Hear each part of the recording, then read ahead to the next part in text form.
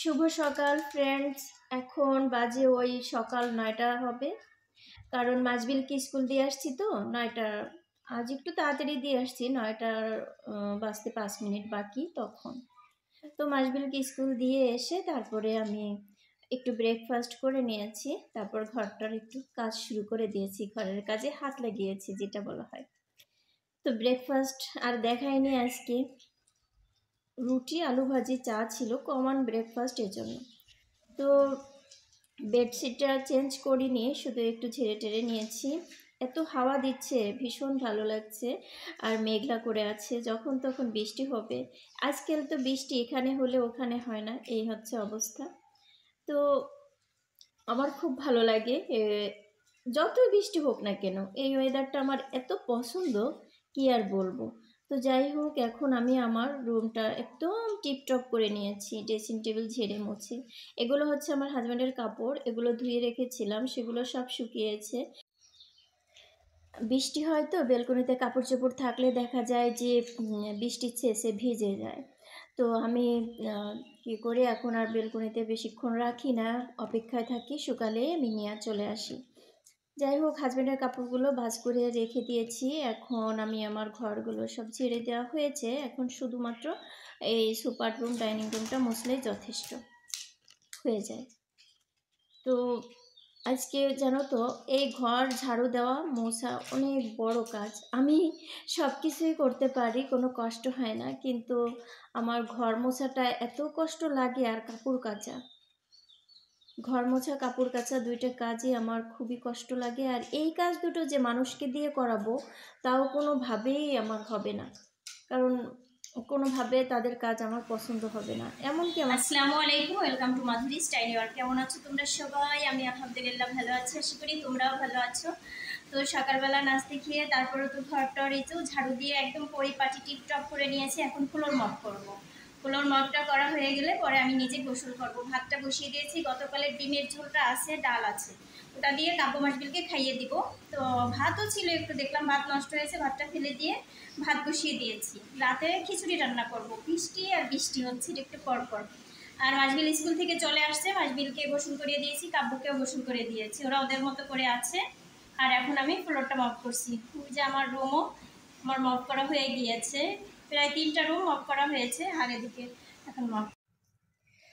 তো তবুও নিজের সংসারের কাজ তো যতই কষ্ট হোক আর অনিয়া হোক না কেন, ভালো লাগে, আমার খারাপ লাগে না। কিন্তু কাজটা শুরু করার আগে অনেক বেশি বিপদ মনে হয়, কষ্ট মনে হয়। তো ফ্লোর মপ করা হয়ে গেলে না, পরিপাটি সব কিছু ঠিকঠাক করা হয়ে গেলে বারবার চেয়ে চেয়ে দেখতে ইচ্ছা করে, মনে হয় একটা শান্তির নির্বয়ে চলছে আমার ঘরে। এত ভালো লাগে বলতে মানে বোঝাতে পারবো না বলে। তো যাই হোক, খুব বেশি পরিষ্কার পরিচ্ছন্ন থাকার মানুষগুলো মনে হয় এরকম, পরিষ্কার পরিচ্ছন্ন থাকলে তাদের মন ফুরফুরে হয়, ভালো লাগে। তো এখন আমি গোসল করে নামাজ পড়ে চলে আসছি। কাব্য মাসবিলকে খাওয়াই দেওয়া হয়ে গিয়েছে, ওরা দুজনে শুয়ে পড়েছে, ঘুমায়নি। বলছি তোমরা বেডে যাও, শুয়ে পড়ো, ঘুমানোর চেষ্টা করো, এই আর কি।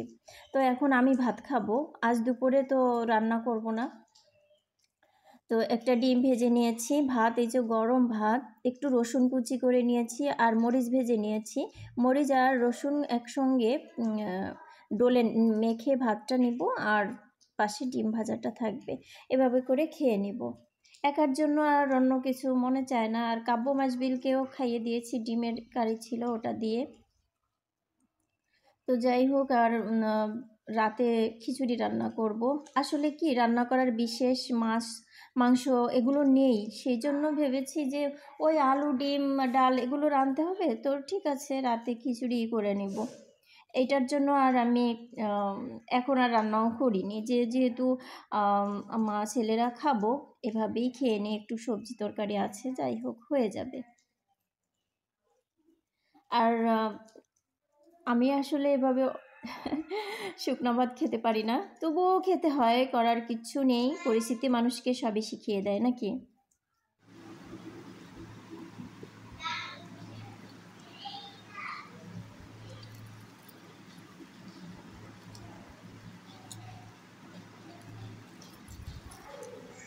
আমাদের ঘরের ভিতরে আমার ছেলে আর আমি খারাপ খাবার খেতে পারি না।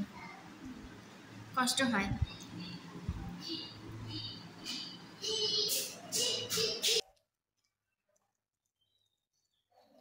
তো অনেক বেশি তড়িঘড়ি করছি কাজ শেষ করার জন্য, কারণ এখন অলরেডি 3টা বেজে গিয়েছে। তো দেখো তোমাদের এক ঝলক দেখাই, যেভাবে পরিপাটি করে নিয়েছি। আর কাব্য মাসবিলকে এখন যাব ঘুম পাড়াতে। ওদের টাইমলি ঘুম না পড়ালে দেখা যায় রাতে আর আমি সময় মতো পড়াইতে বসতে পারি না। অল্প কিছু বাসন আছে, এগুলোও ধুয়ে নিতে হবে। তো আগে ঘুম পাড়িয়ে এসে তারপরে হচ্ছে বাসনগুলো আমি এখন ধুইতে চলে আসছি। এটা অনেকক্ষণ পরে, প্রায় আসরের নামাজের পরে। আমি একটু ওদের ঘুম পাড়াতে গিয়ে আমিও ঘুমিয়ে পড়েছিলাম। শরীর টায়ার্ড থাকে তো আসলে ঘুম চলে আসে মাঝে মাঝে।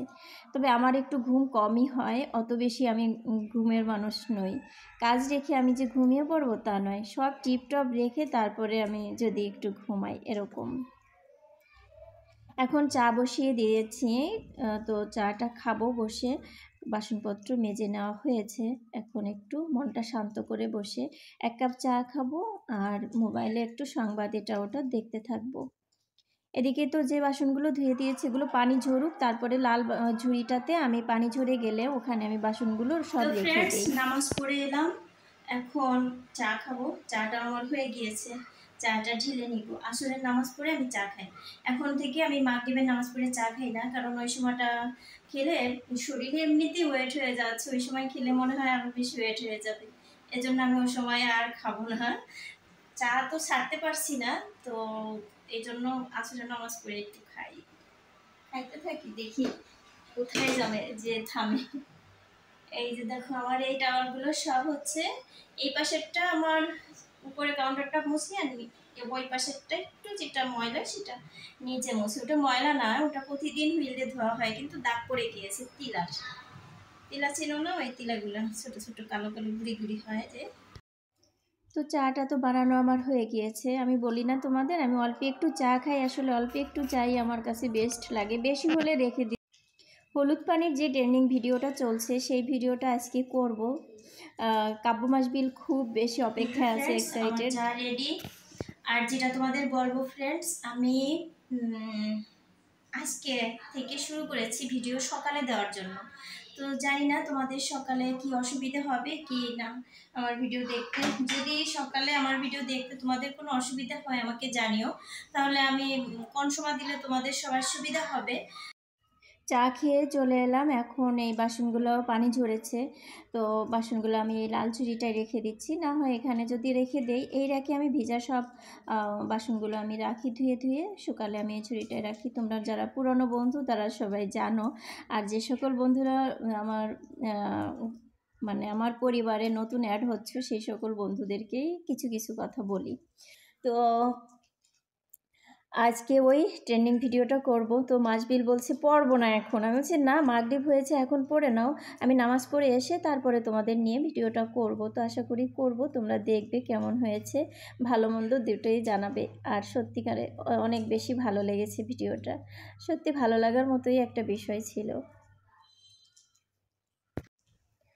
তো এখন মোটামুটি আর কোনো কাজ নেই, এই বাসনগুলো সব রেখে তারপরে আমি অফ ক্যামেরাতেই চাল ডাল ভিজিয়ে রেখে মরিচ পেঁয়াজ কেটে এরপরে মাগরিবে আজান দেবে, নামাজ পড়তে চলে যাব।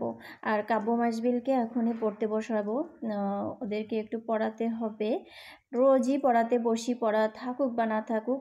পড়া যদি স্কুলে পড়া না থাকে আমি তখন এক্সট্রা পড়ানো ওদের পড়ায় রাখি।